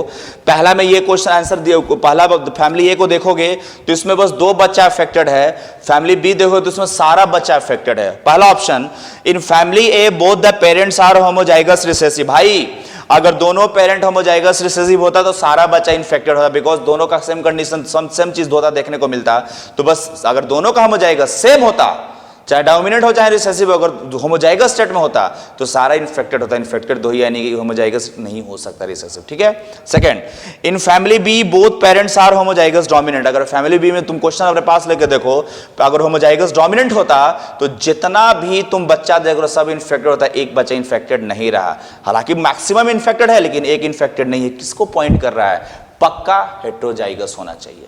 Third, in family B both the parents are heterozygous recessive. Same वही कंडीशन है, अगर फैमिली बी में दोनों हेटेरोजाइगस होगा तो सब इन्फेक्टेड हो जाएगा, लेकिन एक तो बचा हुआ है। Fourth, in family A both the parents are heterozygous recessive. देखो सॉरी, पहले थर्ड ऑप्शन समझा रहा हूं मैं तुम्हें। In family B both the parents are heterozygous recessive. भाई अगर दोनों हेटेरोजाइगस रिसेसिव रहता तो रिसेसिव का भी उतना ही कंट्रीब्यूशन होता जितना तुम्हारा किसका कंट्रीब्यूशन होता, या चाहे जितना भी कम भी कंट्रीब्यूशन हो या ज्यादा भी हो। जितना बच्चा तुम देखो फैमिली बी में बना है उसमें से आधा से ज्यादा बच्चा अफेक्टेड है, और आधा से ज्यादा बच्चा अफेक्टेड तभी हो सकता है जब कौन सा कंडीशन रहेगा, जब देखो क्वेश्चन इसमें ऑप्शन बी में ये सी में ये दिया हुआ, in family B both the parents are heterozygous recessive. भाई हेटेरोजाइगस रिसेसिव का मतलब है कि कुछ बच्चा में कुछ नहीं ज्यादा कुछ, मतलब देखो ये ऑब्वियस बात है, डोमिनेंट कैरेक्टर तो बहुत लोग में होगा लेकिन उससे कम, लेकिन ज्यादा कम नहीं, थोड़ा कम रिसेसिव भी तो समय चला जाएगा। तुम क्या देख रहे हो फैमिली बी में? मैक्सिमम बच्चा इन्फेक्टेड, और ये पॉसिबल नहीं है, उस तब तक पॉसिबल नहीं है जब तक एक पूरा डोमिनेंट हो एक रिसेसिव हो। ठीक है, ऐसा नहीं दिया। फोर्थ दिया हुआ, in family A both the parents are heterozygous recessive. Family A में अगर देखोगे तो दोनों पेरेंट हेटेरोजाइगस रिसेसिव, ये सही हो सकता है। क्यों? क्योंकि इसमें सारा इन्फेक्टेड नहीं है, कुछ जितना नंबर ऑफ इन्फेक्टेड है मोटा मोटी उतना ही नंबर ऑफ नॉन इन्फेक्टेड भी है। तो आंसर इज व्हाट? 31, डी। 31 का answer is D. Question number 32, select the incorrect statement. Wings of insects and birds are analogous. ठीक है, wings of insects and birds are analogous. Second, wings of insects and bats show convergent evolution. भाई insect का wing हो चाहे bat का wing हो, ये दोनों किसमें हेल्प करता है? फ्लाइंग में। तो ये लोग कैसा शो कर रहा है? कन्वर्जेंट, एक जैसा तो करेगा ही करेगा। Third is wings of insects and birds are homologous. भाई जो इंसेक्ट का विंग है वो थोरैक्स के रीजन से निकलता है, जो बर्ड्स का विंग है वो एम्ब्रियोनिक लाइफ में तुम्हारा किससे निकलता है? एम्ब्रियोनिक लाइफ में बहुत सारा लिम्ब बर्ड बनता है उससे निकलता है। दोनों का ओरिजिन डिफरेंट है। इंसेक्ट का विंग का ओरिजिन और बर्ड्स का विंग का ओरिजिन कभी सेम हो ही नहीं सकता है। So what is the answer of 32 C? Insect में उतना पार्ट्स नहीं है जितना बर्ड्स में, तो ओरिजिन सेम होने का सवाल ही नहीं उठता। ठीक है। Question number 33, which of the following is correct set of micronutrients? आपको पता है 33 में बता रहा हूं, माइक्रोन्यूट्रिएंट जो प्लांट में होते हैं वो टोटल कितने होते हैं भाई? 8 माइक्रोन्यूट्रिएंट्स प्लांट में होते हैं, और माइक्रो कितना होगा भाई? 9। टोटल कितना हो जाएगा? एसेंशियल 17 एसेंशियल होते हैं। अब इसमें देख रहे हैं तो मैं तेरे को पहले ही बता दूं क्या क्या इसमें सही होगा। माइक्रोन्यूट्रिएंट का एग्जांपल क्या है? कॉपर होगा, आयरन होगा, जिंक होगा, बोरोन होगा, मैंगनीज होगा, मॉलिब्डेनम होगा, क्लोराइड होगा, निकल होगा। इसमें यही तो ऑप्शन आपका दे रखा है। तो ये सब क्या है? Micronutrients. Clear? So what is the answer for 33? The answer for 33 is B. Question number 34, yes, the carbon dioxide is transported in the blood in the form of, ये बड़ा सिंपल है, लास्ट क्लास में discuss किया था chloride shift में, set 1 में discuss किया हूं मैंने इसको, स्टिल मैं तुमको बता दे रहा हूं। जो CO2 का ट्रांसपोर्ट है बाई कार्बोनेट के फॉर्म में 70% के आसपास होता है भाई। यस, कार्बा एमिनो हीमोग्लोबिन के फॉर्म में ये होता है 23%, और डिजॉल्व्ड CO2 के फॉर्म में ये होता है तुम्हारा 7%। तो मैक्सिमम किस में? Bicarbonate. Answer is what? 34 answer is D. ठीक है, now moving ahead to the question number 35. Question number 35. Yes, a free living nitrogen fixing cyanobacteria. Sorry, question number 35 है ना? Sorry. Oogenesis comprises of, simple सा बात है भाई, multiplication, growth phase, maturation. आपको बता दे रहा हूं, चाहे oogenesis हो चाहे स्पर्मेटोजेनेसिस हो, इसमें 3 स्टेप होता है। सबसे पहला तुम्हारा मल्टीप्लीकेशन, उसके बाद ग्रोथ, फिर मैचुरेशन। मैचुरेशन में गैमेट्स का फॉर्मेशन होगा, ग्रोथ में साइज में चेंजेस आएगा, और इसमें oogonia या स्पर्मगोनिया का नंबर इंक्रीज करेगा। तो कोई भी गैमेटोजेनेसिस में तीनों स्टेप है कि नहीं, इसको कैसे याद करोगे? MGM करके। सो what is the correct answer for 35? All of the above, that is D. Answer is D. ठीक है, ये 35 का आंसर क्या हो जाएगा? D. Question number 36. A free living nitrogen fixing cyanobacteria which can also form a symbiotic association with water fern azolla is. अभी थोड़ी देर पहले बताया था एजोला के अंदर क्या होता है? एनाबिना, जो राइस फील्ड में यूज होता है। तो what is the correct answer? It is 36। The correct answer is D, that is Anabaena. Question number 37. Cholera is caused by, it is a bacterial infection that is caused by Vibrio cholerae. So answer क्या हो जाएगा? Option 4 दिया है, virus, bacteria, fungus, protozoa. आपको बता दूं, it is caused by bacteria. Cholera का एक स्पेशल बात मैं तेरे को बता रहा हूं, कॉलरा में राइस वाटर स्टूल होता है। पानी जो तुम राइस बनाते हो, राइस में जो पानी देखते हो बनने के बाद, उस टाइप का स्टूल होता है। ठीक है ना, राइस वाटर स्टूल। ये पूछा गया आपके एग्जाम में, ये कॉन्टामिनेटेड जगह पे रहने की वजह से होता है। Question number 38. The plant that grow in saline soils with high concentration of NaCl2, MgSO2 और तुम्हारा MgCl2, MgSO4, भाई ये सॉल्ट है। ये जितने भी तुम देख रहे हो NaCl2, MgSO4 और मैग्नीशियम क्लोराइड, ये सारे सॉल्ट है, और जो सॉल्ट में ग्रो करता है उसको अपन क्या बोलते हैं? Halophyte. So what is the correct answer? Answer is D, that is halophyte. आपको बता दे रहा हूं, मेसोफाइट किसको बोलते हैं? लैंड प्लांट को, जो लैंड पर ग्रो करता है। जेरोफाइट किसको बोलते हैं? जो सूखे में या डिजर्ट में ग्रो करता है। एफिमेरल्स किसको बोलते हैं?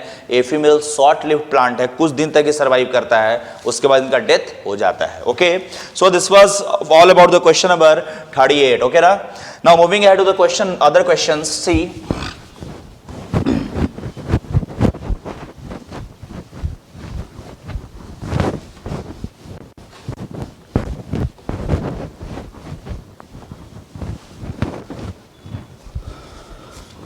Question number 39.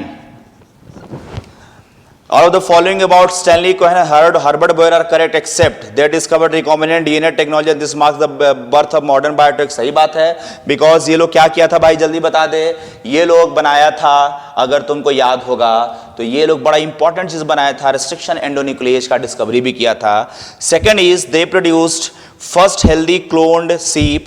ठीक है, they produced first healthy cloned sheep dolly from differentiated adult mammary cells। आपको बता दूं कि डॉली का जो बना, जो डॉली शिप का प्रोडक्शन किया था, देखो मैमरी सेल से हुआ था, ये ट्रू है, लेकिन डॉली शिप को सबसे पहले जो बनाया था उसका नाम था यान विल्मर्ट इन 1995। ठीक है, तो यहीं पे ये गलत हो गया। ठीक है, सो रिमेंबर, अगर तुम बात करोगे तो इसका आंसर क्या हो जाएगा 39 का? तो 39 का जो आंसर होगा, it is option number B, because Dolly sheep was produced by Ian Wilmut. इसका प्रोडक्शन यान विल्मर्ट किया था इन 1995। 6 महीने नहीं कह सकते हो, 8 से 9 महीने के अंदर में इसका डेथ हो गया था। मैक्सिमम मान के चलो 6 महीने के अंदर डेथ हो गया था, और ये मेमोरी सेल से ही बन था। ठीक है, क्वेश्चन नंबर 40.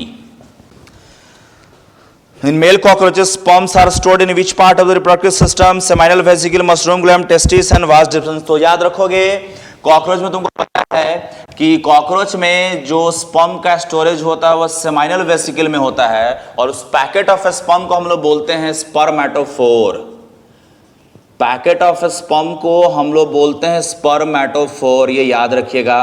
जो किस में स्टोर होता है भाई, जल्दी बता दो। सेमाइनल वेसिकल में। इसमें एक क्वेश्चन इसमें से और आता है कि मशरूम ग्लैंड कॉकरोच में किस में पाया जाता है, मेल या फीमेल में? तो M for mushroom, M for male, तो ये मेल में पाया जाता है। बहुत बार पूछा ये क्वेश्चन, याद रखिएगा। Question number 41. तो question number 41 is what, which pair of structure distinguishes a nerve cell from other cells, यानी कि नर्व सेल्स का कोई ऐसा फीचर बचा जो दूसरे से डिफरेंट है। The first is vacuoles and fibre, vacuoles fibre होता है। Second is nucleus and mitochondria, ये भी होता है। Third is perikaryon and dendrites, dendrites आपको पता है क्यों न्यूरॉन्स में ही होता है। पेरिकैरियोन जो न्यूक्लियस के, जो साइटोन के चारों तरफ सब साइटोप्लाज्म होता है, उसको बोलते हैं। तो what is the answer of 41? Answer is C, question number 42। Amniocentesis is use for determining, आपको मैं बता दूं एमनियोसेंटेसिस क्या करते हैं। एमनियोटिक जो कैविटी होता है, एमनियोटिक सैक जो होता है, प्रेग्नेंट मदर के एमनियोटिक सैक में निडल हम लोग इंसर्ट करते हैं। मान लो कि this is a pregnant mother, इसका ये क्या है, ये यूट्रस है। तो यहाँ पे अपन निडल लेते हैं और निडल से बाहर निकालते हैं फ्लूइड को, और इसको नॉर्मली हम लोग किसके लिए यूज करते हैं, जेनेटिक डिजीज को देखने के लिए। लेकिन आजकल इसका मिसयूज होता है सेक्स डिटर्मिनेशन के लिए, समझ रहे हो ना। लेकिन ओरिजिनली इसको क्यों यूज करते थे, जेनेटिक डिजीज को देखने के लिए। तो हमेशा याद रखना। और ये कब होता है, 14 टू, ये होता है 13 टू 15th वीक में। तो ये किसके लिए यूज करते हैं हम लोग, बना क्यों था ये प्रोसेस, हेरिडिटरी डिजीज को देखने के लिए। So what is the correct answer for this? The correct answer is C, 42 is C. Question number 43।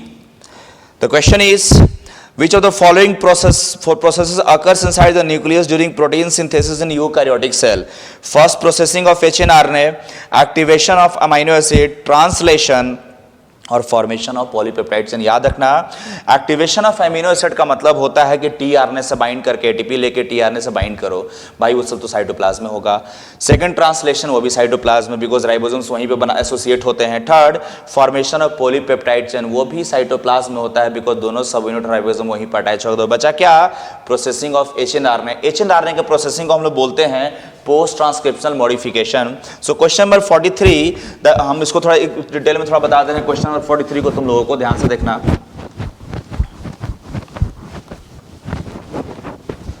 Question number 43, answer is hnRNA. आपको पता है इसको बोलते हैं पोस्ट ट्रांसक्रिप्शनल मॉडिफिकेशन, जिसमें आपको पता है 5' एंड पे हम लोग कैपिंग करते हैं 7 मिथाइल ग्वानोसिन का, 3' एंड पे हम लोग टेलिंग करते हैं 200 से 300 पोली एडेनाइलेट टेल का, और हम लोग इसमें स्प्लाइसिंग भी करते हैं, बिकॉज ये यूकैरियोटिक सेल है। किसका, स्प्लाइसिंग ऑफ इंट्रॉन्स, समझ रहे हो ना। तो स्प्लाइसिंग ऑफ इंट्रॉन्स करते हैं, याद रखिएगा। और तो ये हम लोग को ध्यान से रखने का बात जरूरत था। Introns are also known as intervening sequences, ठीक है, ओके। नाउ क्वेश्चन नंबर 44, ठीक है, क्वेश्चन नंबर 44।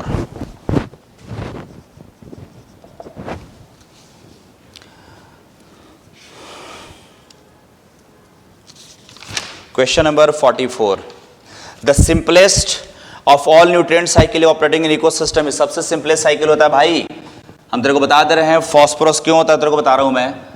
फॉस्फोरस इसलिए क्योंकि फॉस्फोरस का रिजर्व कहां पे है, रॉक में। रॉक टूटेगा तो फॉस्फोरस आएगा सॉइल में, और सॉइल से जाता है एनिमल्स के बॉडी में, सॉइल से जाएगा प्लांट में, प्लांट से आएगा एनिमल्स में, एनिमल्स का डेथ होगा, फिर ये जाएगा सॉइल में। यानी कि एटमॉस्फेयर के साथ ज्यादा इसका सर्कुलेशन नहीं है। तो सबसे सिंपलेस्ट कौन सा हो जाएगा, बी। कार्बन तो नीचे ऊपर सब जगह रोटेट करेगा, नाइट्रोजन भी करता और ऑक्सीजन भी करेगा। क्वेश्चन नंबर 45, प्रॉक्सी तो सबसे सिंपल है यार, पीसीटी एंड डीसीटी किसका पार्ट है, ऑब्वियस सा बात है, नेफ्रॉन्स का। Question number 45 is what, question number 45 is B, that is nephrons. Question number 46, water potential and osmotic potential of pure water. सबसे बड़ा बात, water potential and osmotic potential. Water potential का मतलब वाटर का फ्री एनर्जी, और अब मैं आपको बता दूं वाटर का फ्री एनर्जी का, वाटर का जो फ्री एनर्जी होता है, जो प्योर, किसमें क्या लिखा हुआ है, प्योर वाटर का। प्योर वाटर तो ऑब्वियस बात है कोई सॉल्यूट से बाइंड नहीं है, तो उसका फ्री एनर्जी मैक्सिमम होगा, और मैक्सिमम वैल्यू को हम लोग कितना बोलते हैं, 0 बाई कन्वेंशन।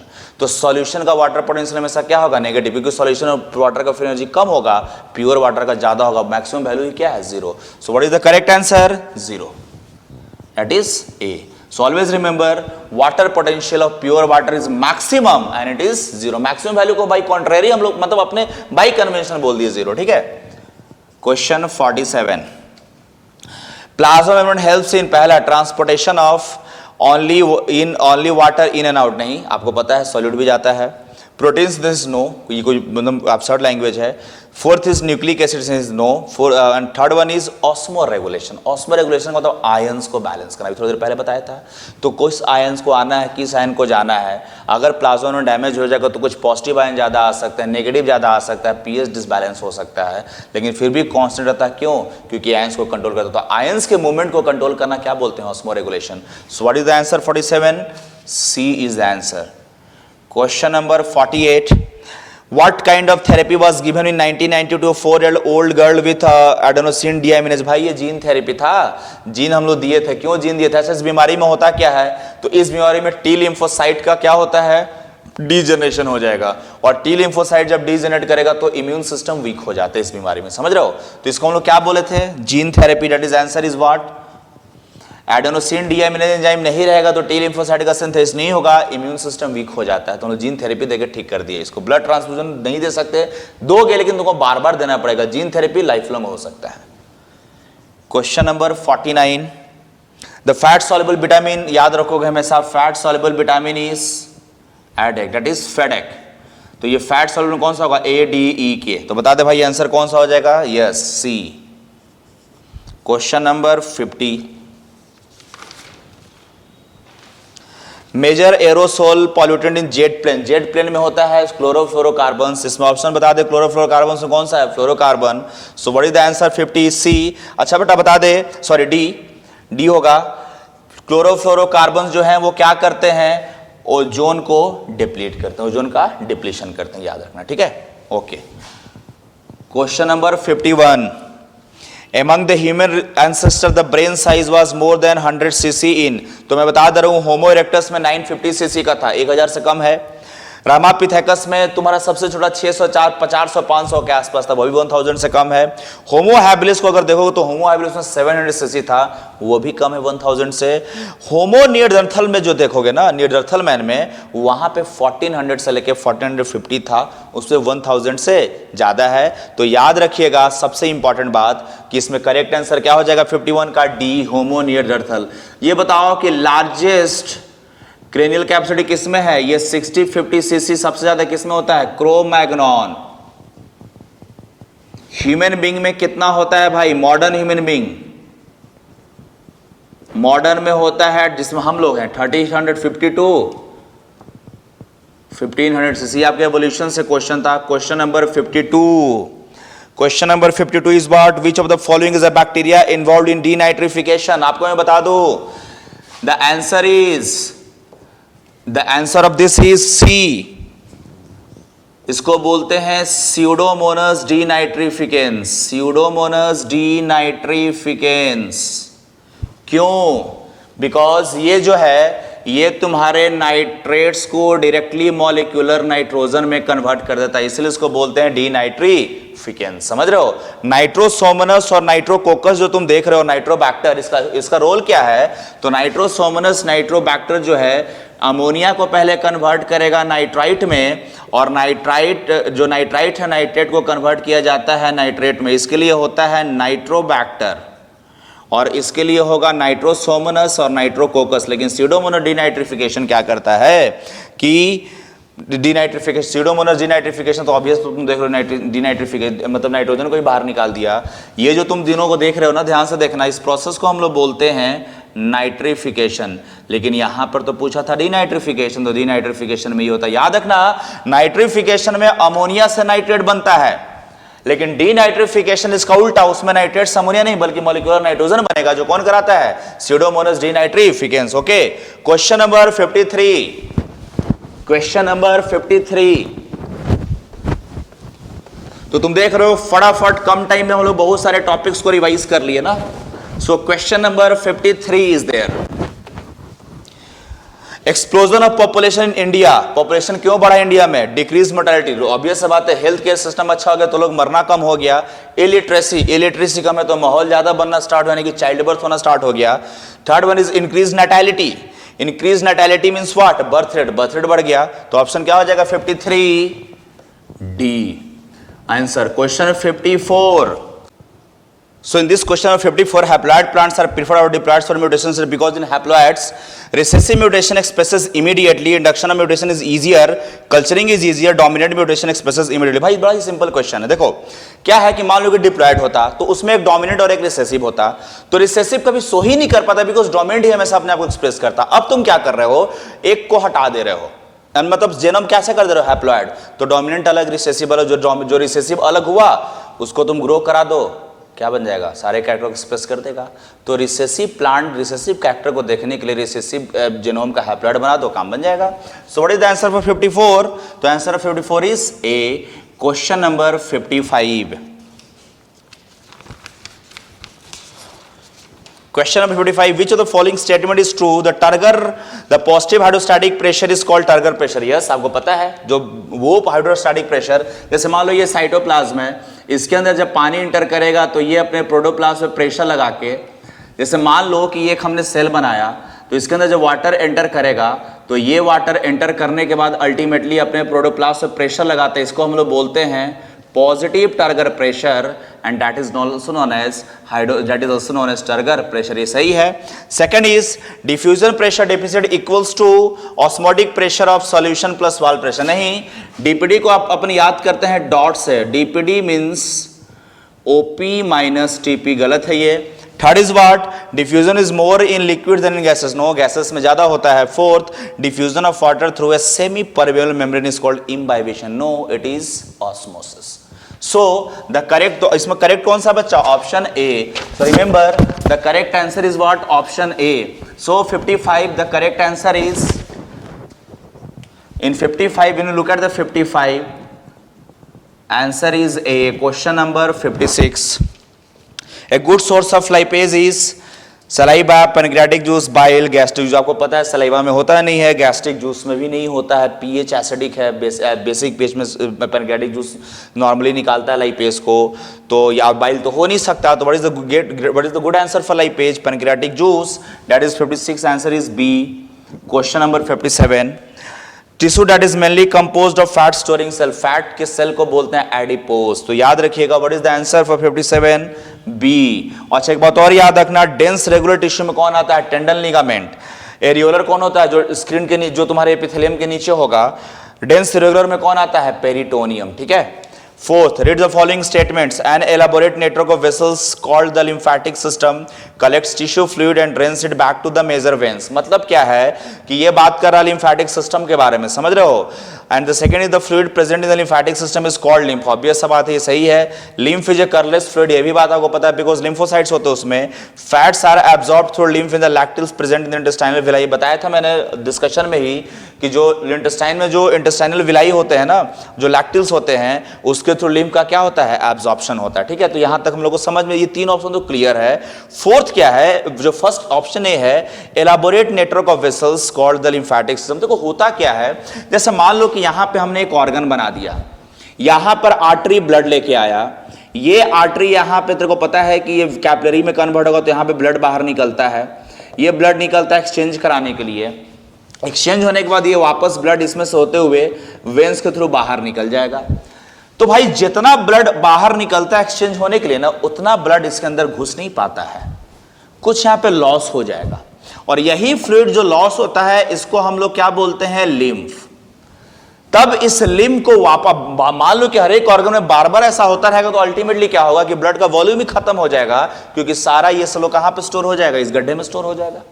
तो जब गड्ढे में स्टोर हो जाएगा तो ब्लड का नेट वॉल्यूम रिड्यूस हो गया, और ब्लड का जब नेट वॉल्यूम रिड्यूस हो जाएगा तो ऑब्वियस सा बात है कि नेट वॉल्यूम रिडक्शन की वजह से लिम्फ में जो नेट वॉल्यूम का रिडक्शन हो जाएगा, तो नेट वॉल्यूम रिडक्शन की वजह से अल्टीमेटली व्हाट हैपेंस, तो अल्टीमेटली नेट वॉल्यूम रिडक्शन की वजह से यही होता है कि आप लोग यहां पे क्या देखोगे, लॉस होना स्टार्ट हो जाएगा फ्लूइड का, जिसको लिम्फ बोलते हैं। उस लिम्फ को वापस इसमें पहुंचाया जाता है जिस चैनल से, इसी चैनल को हम लोग क्या बोलते हैं, लिम्फैटिक चैनल्स। लिम्फैटिक चैनल्स किस में पहुंचा है, वेन्स में। तो पहला ऑप्शन पढ़ो, elaborate network of vessels called the lymphatic system collect the tissue fluid and drains it back to the major veins.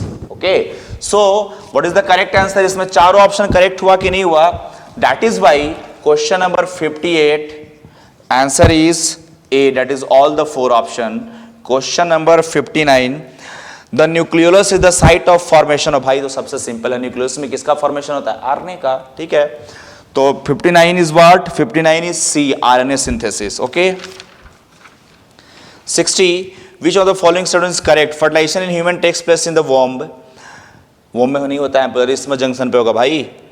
Zygote contains haploid number of chromosome, नहीं diploid होता है, तो सबसे बड़ा क्राइम हो गया। फोर्थ देखो, primary oocyte inhibits the process of oogenesis, भाई इससे तो आगे बढ़ता है।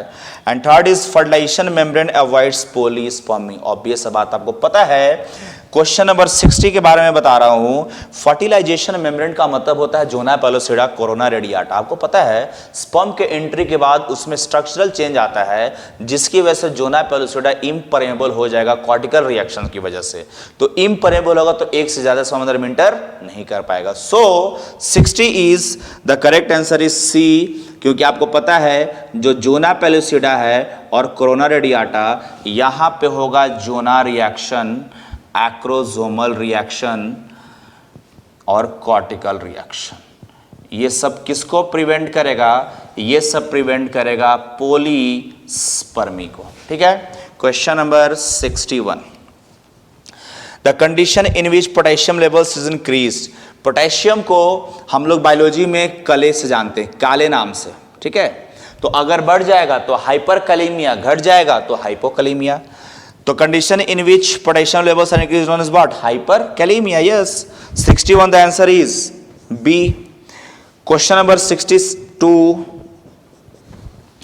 Bacillus thuringiensis strains have been used for designing novel। Bacillus thuringiensis को क्यों यूज करते हो भाई?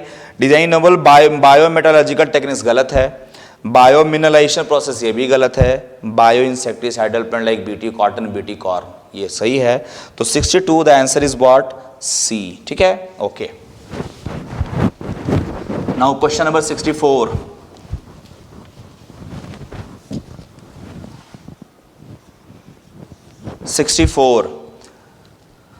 नो 63 ना, 63।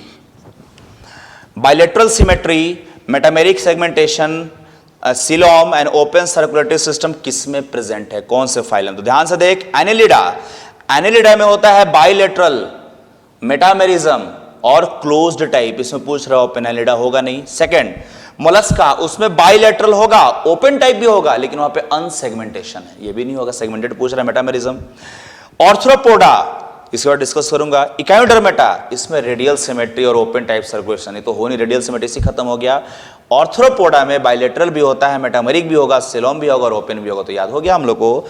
सो याद रखिएगा आंसर 63 इज सी। आपको ये भी याद रखना है कि जो एनिलिड होता है, एनिलिडा में कैसा होता है भाई? तो बायलैटरल, मेटामेरिक और closed, bilateral, metameric and closed, ठीक है। मोलस्का हो गया, मोलस्का में भी बायलैटरल होता है भाई। उसके बाद इकाइनोडर्मेट्स तुम देखोगे, अच्छा मोलस्का में बायलैटरल के साथ अनसेगमेंटेड और कैसा हो जाएगा बच्चा? ओपन टाइप हो जाएगा, ठीक है।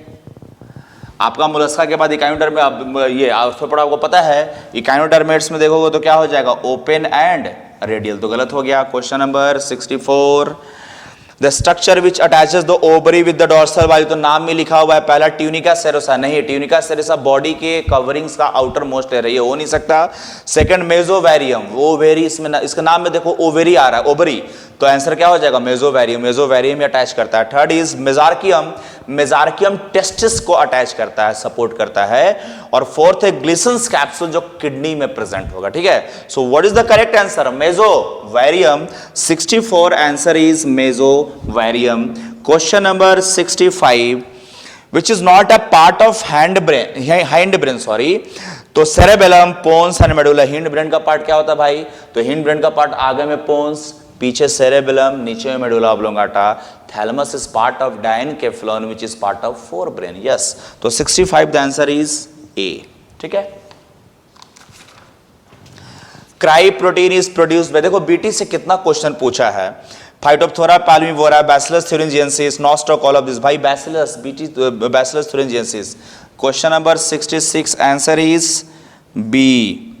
Question number 67, most important function of inflorescence is to, inflorescence का मतलब फ्लावर का अरेंजमेंट, तो ऑब्वियस सा बात है attracting insect for cross pollination. Insect आएगा तो दूसरी जगह से लेके आएगा, तो ऑब्वियस सा बात है क्रॉस पॉलिनेशन ही है। क्यों cross pollination? Because cross pollination की वजह से ही वेरिएशन होता है। So what is the correct answer for 67? It is B, question number 68।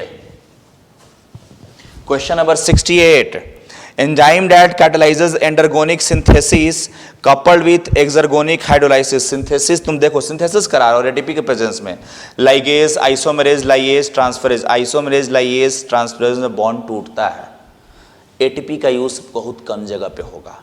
Ligase के बारे में जब बात करोगे तो ये डीएनए के सेगमेंट न्यूक्लियोटाइड को आपस में जोड़ता है एटीपी के प्रेजेंस में। अगर आपको याद होगा तो लाइगेज जो है वो डीएनए के न्यूक्लियोटाइड को जोड़ जोड़ के एटीपी के प्रेजेंस में डीएनए का बड़ा सा चेन बनाता है। So what is the answer of 68? A, 68 answer is ligases.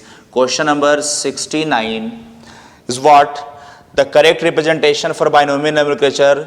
Brassica indica, Mangifera indica, Solanum tuberosum, mimosa. तो सी और डी तो होगा नहीं, देखने से लग रहा है। ए और बी में देखो, क्योंकि नाम बाइनोमियल नोमेनक्लेचर आपको पता है, पहला वर्ड कैपिटल में, बाकी सब स्मॉल में। फर्स्ट देखो ब्रासिका बी कैपिटल में, इंडिका स्मॉल में, मैंगिफेरा में एम कैपिटल, इंडिका कैपिटल में, गलत हो गया। सोलेनम ट्यूबरोसम दोनों कैपिटल में, गलत है ये। मिमोसा प्यूडिका, मिमोसा कैपिटल में, प्यूडिका स्मॉल में, गलत है। What is the correct answer वो 69? ए सही तरीका है लिखने का। 69 इज व्हाट? ए, ये बाइनोमियल नोमेनक्लेचर फॉलो किया गया। क्वेश्चन नंबर 70, इसमें से पूछ रहा है कि आप इसमें से सारे स्टेटमेंट को पढ़िए वेस्टिबुलर अपैरेटस के हिसाब से और बताइए कौन सही है कौन गलत है। तो याद रखिएगा, it is a part of internal ear. Yes, internal ear में दो पार्ट होता है, कॉक्लियर पार्ट, वेस्टिबुलर पार्ट, सही है। It is composed of 3 semi circular canals, ये भी सही है। And otolith organ consisting of utriculus and cochlea. No, no means no, vestibular part में कॉक्लिया नहीं आता है, कॉक्लिया हियरिंग पार्ट का पार्ट है, ठीक है। तो ये तो इसी गलत हो गया। Crista and macula are specific receptors for vestibular apparatus, सही बात है, एकदम सही बात है। ये किस में हेल्प करता है? बैलेंस में। It is responsible for maintenance of balance, but exactly सही ये बात है, वेस्टिबुलर पार्ट बैलेंस में अच्छा रहता है। तो गलत कौन हुआ भाई? बी। तो 70 का आंसर कौन सा हो जाएगा? ए इज, ए ऑप्शन है इसमें, बी इज रॉन्ग। अब तुमको एक बात बता दो, याद रखना है, ए सी सी एंड सेकेंड इज सूमो। ए का मतलब होता है एम्पुला, सेमी सर्कुलर कैनाल में एम्पुला होता है, ठीक है। तो एम्पुला में अगर तुम देखोगे तो एम्पुला में होता है क्रिस्टा, ये हेल्प करता है डायनेमिक इक्विलिब्रियम। जब तुम चलोगे तब तुम्हारे बॉडी के बैलेंस को कौन प्रोवाइड करेगा? क्रिस्टा, ये याद रखना है। सुमो का मतलब होता है सक्यूल, यू का मतलब होता है यूट्रिकल, इसमें होता है मैकुला, और ये मैकुला जो है इसको कवर करता है ओटोलिथ मेम्ब्रेन, समझ रहे हो। तो सक्यूल यूट्रिकल में होता है मक्यूल, जिसको कवर करता है ओटोलिथ मेम्ब्रेन, ये सब एक साथ होता है। और S for Sumo, S for static, तो ये किसको प्रोवाइड करेगा? Static equilibrium. अच्छा बेटा, स्टैटिक इक्विलिब्रियम का मतलब होता है कि जब हम जैसे भी खड़े हैं तो हम गिर नहीं रहे हैं, ये हमारा स्टैटिक इक्विलिब्रियम में कौन मेंटेन किया? मैकुला। अब हम चल रहे हैं फिर भी हम नहीं गिरे, इसको कौन मेंटेन किया? Crista, dynamic equilibrium. So this was question number 70। Now moving back to the question number 71, 72, फटाफट देखते हैं हम लोग यार। क्वेश्चन नंबर 71, 72, ठीक है।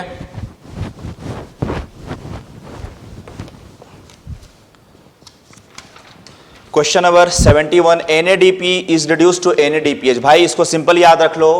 क्वेश्चन नंबर 71, तो आपको मैं बता दूं, हमारे बॉडी में प्लांट्स में चलता है एक स्पेशल पाथवे जिसको बोलते हैं hexose monophosphate shunt, which is also known as pentose phosphate pathway. और इसके बारे में बता दूं कि ये है बाईपास ग्लाइकोलिसिस का भी और क्रेब साइकिल का भी। जब सेल जल्दबाजी में होता है तो वो नहीं चाहता है कि वो ग्लाइकोलिसिस को परफॉर्म करे या क्रेब साइकिल को, ठीक है। तो it is bypass of glycolysis and Krebs cycle. Glycolysis और क्रेब साइकिल का ये बाईपास जल्दबाजी में होता है। इसमें 12 मॉलिक्यूल NADPH2 का बनता है और कोई ATP नहीं बनेगा। और इसका इंपॉर्टेंस यही है कि इसमें राइबोज शुगर बनता है। तो 12 NADPH2 बनना बहुत बड़ा बात है, समझ रहे हो ना। तो ये किसमें बनता है? HMP पाथवे में। ये बाईपास होता है ग्लूकोज और क्रेब साइकिल का। It is also known as shunt pathway.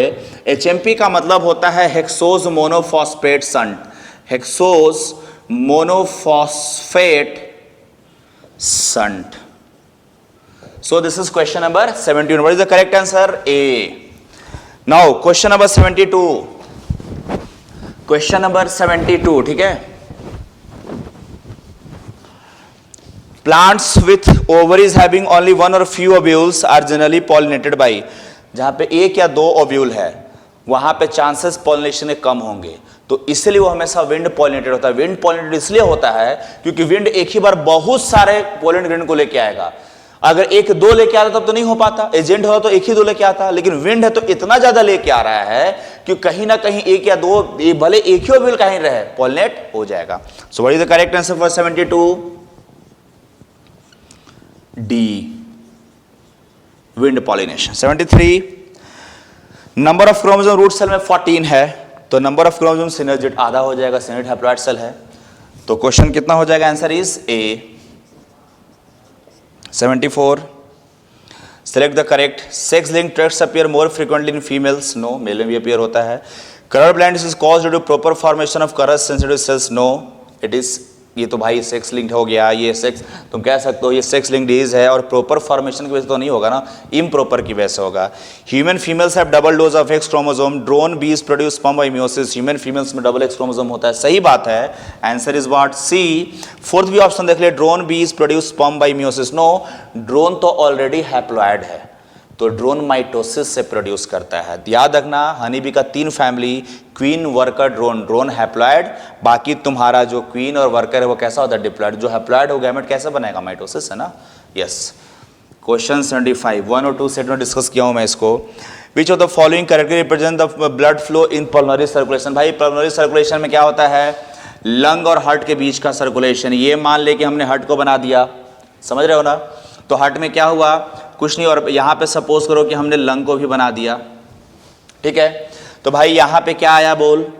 यहां पे ये तुम्हारा right auricle, right ventricle, left auricle, left ventricle, इससे ब्लड यहां पे आएगा, यहां से ये ब्लड इसमें जाएगा. तो राइट वेंट्रिकल से ब्लड कहां पे गया? पल्मोनरी ट्रंक में, और ये पल्मोनरी आर्टरी के फॉर्म में क्या करेगा? डिवाइड कर जाएगा. ये पल्मोनरी ट्रंक है. फिर यहां से नया ब्लड वेसल निकलेगा और निकल के कहां पे आएगा? लेफ्ट ऑरिकल में. तुम किसके किसके बीच का मूवमेंट देखा? Right ventricle. उसके बाद तुम क्या देखा? राइट वेंट्रिकल के बाद पल्मोनरी आर्टरी, फिर क्या देखा? Left auricle. फिर यहां पे आएगा, ये ऑक्सीजनेटेड ब्लड आएगा, फिर ऐसे सर्कुलेट हो जाएगा. ऑप्शन देखो भाई, इसमें से कौन इसी सर्कुलेशन को जो हार्ट से लंग, लंग से हार्ट तक है, उसको क्या बोलते हैं? Pulmonary circulation. तो राइट वेंट्रिकल से कहां पे गया? Pulmonary artery. Yes, right ventricle से किससे गया? पल्मोनरी आर्टरी या ट्रंक में गया. उसके बाद कहां पे गया बच्चा? लंग में. फिर किस में? या लेफ्ट आर्टरी में. ये ऑप्शन कौन सा दिया हुआ? ध्यान से देख ले, ऑप्शन बी. तो 75 करेक्ट आंसर इज बी. मतलब लंग कैसे? राइट वेंट्रिकल से आर्टरी, फिर यहां पे गया, यहां तेरे को पता है इसको पल्मोनरी वेन बोलते हैं. ये आगे किस में आ गया? लेफ्ट एट्रियम में. तो ये हो गया तुम्हारा पल्मोनरी सर्कुलेशन. ठीक है. Question number 76.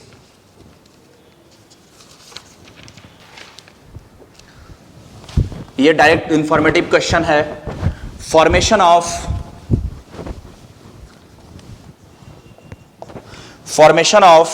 Gametophyte directly from sporophyte without meiosis. बिना मियोसिस का स्पोरोफाइट से जब गैमेटोफाइट बना दो उसको हम लोग एपोस्पोरी बोलते हैं. याद कीजिएगा, लर्न करने का है ये. Answer is A. क्वेश्चन 77.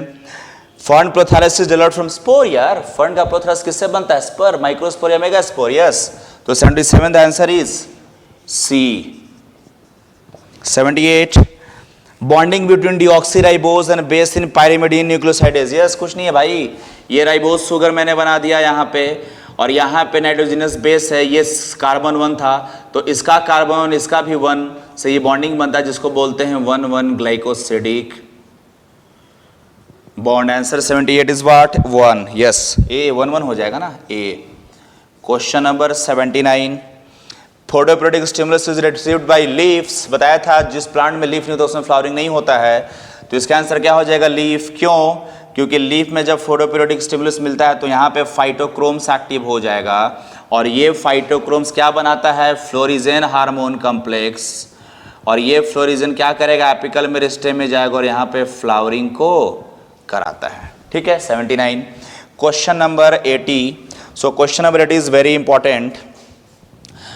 देखो ये मैच द फॉलोइंग कॉलम दिया हुआ है यार, तो मैच द फॉलोइंग कॉलम में क्या है कि इसमें मैच कीजिए। तो पहला है डहलिया, तो डहलिया क्या है भाई, तो डहलिया इज वेरी सिंपल, ये तो फैसिकुलेटेड रूट है ना, ट्यूबरस रूट है, ठीक है। तो डहलिया इज फैसिकुलेटेड रूट, तो आर हो जाएगा।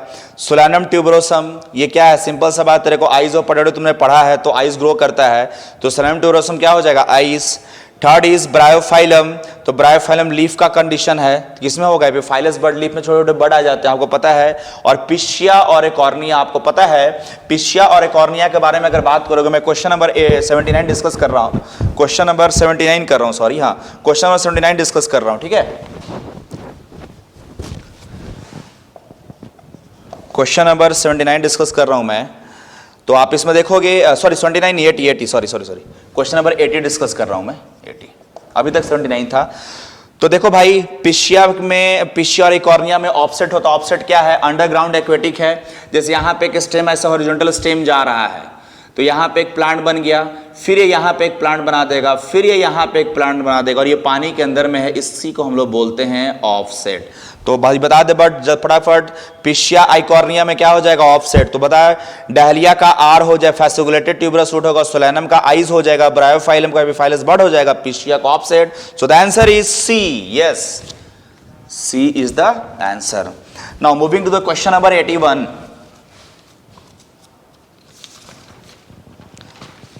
डाइकोट स्टेम में sequence of tissue from outside to inside क्या होता है। देखो भाई, आउटसाइड टू इनसाइड क्या होता है मैं बताता हूं। फेलेम होता है, phellogen, phelloderm, endodermis, pericycle, vascular tissue, यही तो आपके एग्जाम में दिया हुआ है, जाइलम और फ्लोएम हो सकता है। अब इसमें से मैच कर लो, तो मैच करोगे तो तुमको आंसर पता चलेगा C, answer is 81, question number 81 I am talking. तो मैच करोगे तो पता चलेगा सी ही एक करेक्ट आंसर दिया हुआ है। तो 81 इज व्हाट, सी, ये रिप्रेजेंटेशन होता है। फेलम को अपन कॉर्क बोलते हैं, ये कॉर्क कैम्बियम हो जाएगा। फेलोडम को हम लोग सेकेंडरी कॉर्टेक्स बोलते हैं। उसके बाद एंडोडर्मिस आएगा, पेरिसाइकिल, जाइलम, फ्लोएम, हो गया। Question number 82, fruit its chamber developed from inferior ovary and sits with succulent taste। तो बड़ा इजी क्वेश्चन है। जूस, succulent मींस जूसी, जो थोड़ा पानी की तरह, juicy taste is found in pomegranate. तो 82 आंसर इज सी। भाई याद रखना, जो गवावा होता है ना, गवावा में पेरिकार्प और प्लेसेंटा खाया जाता है। Pericarp and placenta is edible, ये तुम्हारे एग्जाम में पूछा गया है। जूसी टेस्टा किसमें प्रेजेंट होता है, पोमिग्रेनेट में। कुकुम्बर में मेसोकार्प और एंडोकार्प फ्रेसी होता है। कुकुम्बर में मेसोकार्प और एंडोकार्प फ्रेसी होगा। और थर्ड में अगर तुम देखोगे तो ऑरेंज है, तो ऑरेंज में एंडोकार्प का जूसी हेयर, एंडोकार्प का जूसी हेयर खाते हैं ऑरेंज में, तुम देखते होगे। लेकिन जो तुम्हारा ये जो जूसी टेस्टा है वो किसमें खाते हैं, पोमीग्रेनेट में खाते हैं, ठीक है। Now question number 83,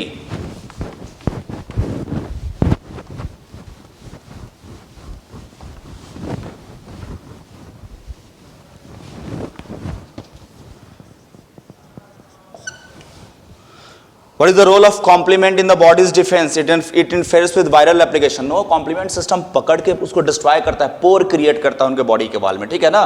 complement system में टोटल 9 कॉम्प्लीमेंट प्रोटीन्स होते हैं। तो आपको बस इतना याद रखना है, कॉम्प्लीमेंट सिस्टम जो है वो क्या करता है कि कोई भी वायरस या बैक्टीरिया, स्पेशली बैक्टीरिया को पकड़ कर उनके बॉडी में पोर क्रिएट करा के लाइसिस कराता है, पानी को अंदर एंटर करा के।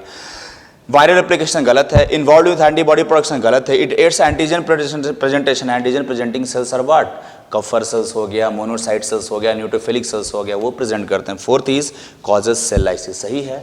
83 answer is D. 84, which one of the following is not a part of renal pyramid. Peritubular capillaries, loops of Henle, collecting duct, convoluted tubules. Convoluted tubules का मतलब पीसीटी डीसीटी। अगर आप किडनी को देखोगे तो ये है आपका रेनल पिरामिड। नेफ्रॉन्स का ये सारा पार्ट, नेफ्रॉन्स का ये सारा पार्ट तो अंदर रहेगा, लेकिन जो पीसीटी और डीसीटी का पार्ट, जो इसे मान लो कि हमने ये बड़ा सा किडनी का सेक्शन बना दिया, ये एक रीनल पिरामिड बना दिया, तो नेफ्रॉन्स का पीसीटी और डीसीटी, नेफ्रॉन्स का पीसीटी और डीसीटी कहाँ पे है, बाहर में, पिरामिड के अंदर तो नहीं है। तो क्या हो जाएगा, convoluted tubules. What is the answer for 84? D, that is convoluted tubules, ठीक है, okay. Moving back to the question number 85।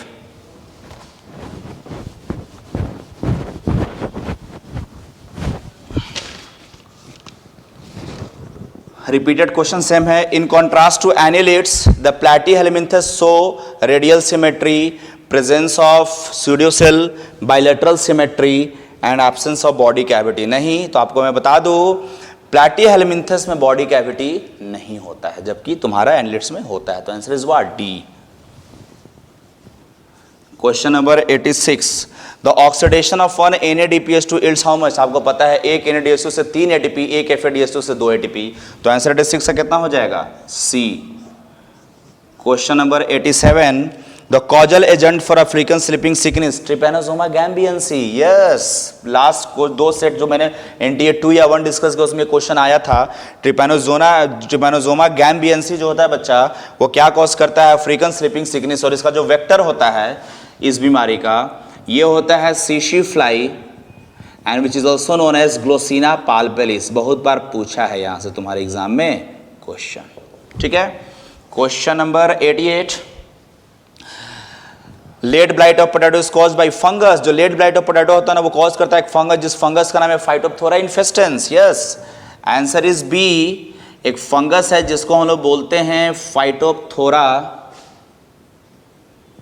Infestans. तुमको बता दूं एक बात, आयरलैंड में ये एक बार सूखा कॉज कर दिया था, जिसको बोलते हैं फेमाइन ऑफ आयरलैंड.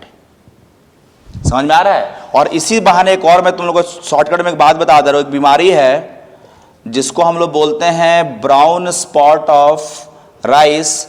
इस बीमारी को कॉज करने वाले फंगस का नाम है हेलमिंथोस्पोरियम ओराइजा. यही जो था, ये हमारे इंडिया के बंगाल में सूखा कॉज किया था, जिसको हम लोग बोलते हैं बंगाल फेमाइन डिजास्टर 1943 में. तो याद रखना, ब्राउन स्पॉट ऑफ राइस फटाफट ये भी देख लिया हमने. और लेट ब्लाइट ऑफ पोटैटो कौन क्या था? Phytophthora infestans. याद हो गया. Question number 88. Now the question number 89. बड़ा इजी क्वेश्चन है भाई. क्यों इजी क्वेश्चन है 89? बताओ.